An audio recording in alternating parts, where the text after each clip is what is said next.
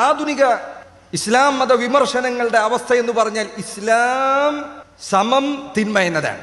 ഇസ്ലാം പറഞ്ഞോ എങ്കിൽ തിന്മയാണ്. എന്തു നല്ല കാര്യമാണെങ്കിലും നിങ്ങളിൽ പലരും കേട്ടിട്ടുണ്ടായിരിക്കും, അള്ളാഹുവിന്റെ റസൂൽ സല്ലല്ലാഹു അലൈഹി വസല്ലം ഒരു കുട്ടിയെ, ചെറിയൊരു കുട്ടി ഒപ്പമിരുന്ന് പാത്രത്തിൽ നിന്ന് ഭക്ഷണം കഴിക്കുമ്പോൾ അവന്റെ കൈ ഇങ്ങനെ പാത്രത്തിൽ പലയിടത്തായി ചിതറിക്കൊണ്ടിരിക്കുകയാണ്. നബി സല്ലല്ലാഹു അലൈഹി വസല്ലം റസൂലാൻ, നബിയാൻ, ജനങ്ങളുടെ നേതാവാണ്, രാജ്യത്തിന്റെ കാര്യങ്ങൾ നിയന്ത്രിക്കുന്നവരാണ്. സഹാബികൾ അവരുടെ നേതാവാണ്, സേനാനായകനാണ്, ഭർത്താവാണ്, സ്ഥാനമാനങ്ങളുള്ളവരാണ്, പദവികളുള്ളവരാണ്. ചെറിയ കുഞ്ഞ്, നീ എന്തിനാണ് എന്റെ പ്ലേറ്റിൽ കൈയിടാതിരുന്നത് ചോദിച്ചില്ല.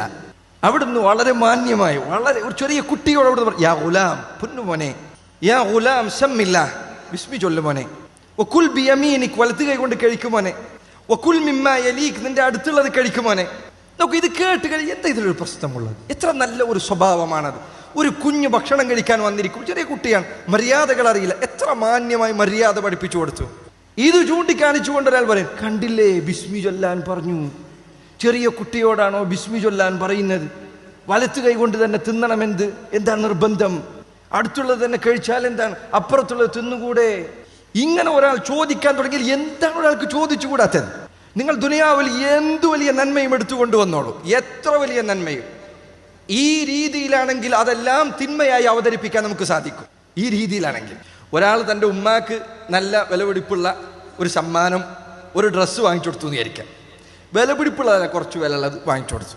എന്ത് ഒരാൾ കണ്ടാൽ പറയാം, ഒരു ഉമ്മാനെ പരിഗണിച്ചു, നല്ലൊരു വസ്ത്രം വാങ്ങിച്ചു കൊടുത്തല്ലോ. വേണമെങ്കിൽ നിനക്ക് പറയാം, നിന്റെ ഉമ്മാക്ക് വേറെ മാക്സ് ഇല്ലേ, വേറെ സാരില്ലേ, എത്ര ഡ്രസ്സ് ഉണ്ട്, ഇവിടെ പട്ടിണി എടുക്കുന്ന എത്ര ആളുകളുണ്ട്, നിനക്ക് അവർക്ക് എന്തെങ്കിലും വാങ്ങിച്ചു കൊടുത്തുകൂടെ?